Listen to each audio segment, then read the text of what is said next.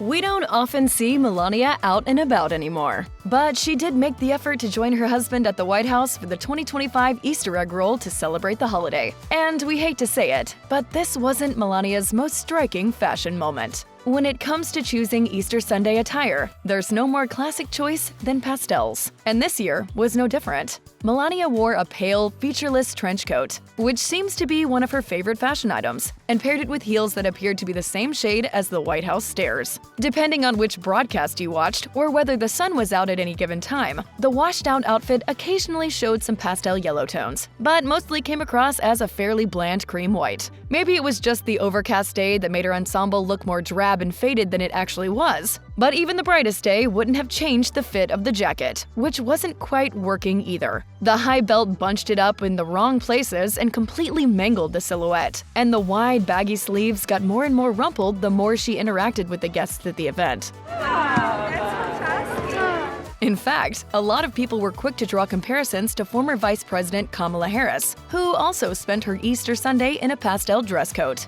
She opted to keep the coat open for a more relaxed look that also showed off the matching knee-length dress underneath. Although the two outfits had similar styles, Melania's was more severe and less cheerful all around, which didn't go unnoticed. Of course, that strict, buttoned-up look isn't anything new for the First Lady. During Trump's first term, she often showed up at casual events in long designer coats tied up tighter than a drum. For example, this pastel blue piece she wore to the White House Easter egg roll in 2019 from Michael Kors was on the right track with the shade, but the execution was way too icy and closed off. Has that trend been getting worse as the years go on? Back in 2017, Melania let her hair down a bit, as it were, in a breezy light pink sleeveless dress that looked a lot more appropriate for the occasion. In light of that, 2025 certainly seems to be the year where joy finally died, as it must have for all the children who gathered to hear her read Bunny with a Big Heart.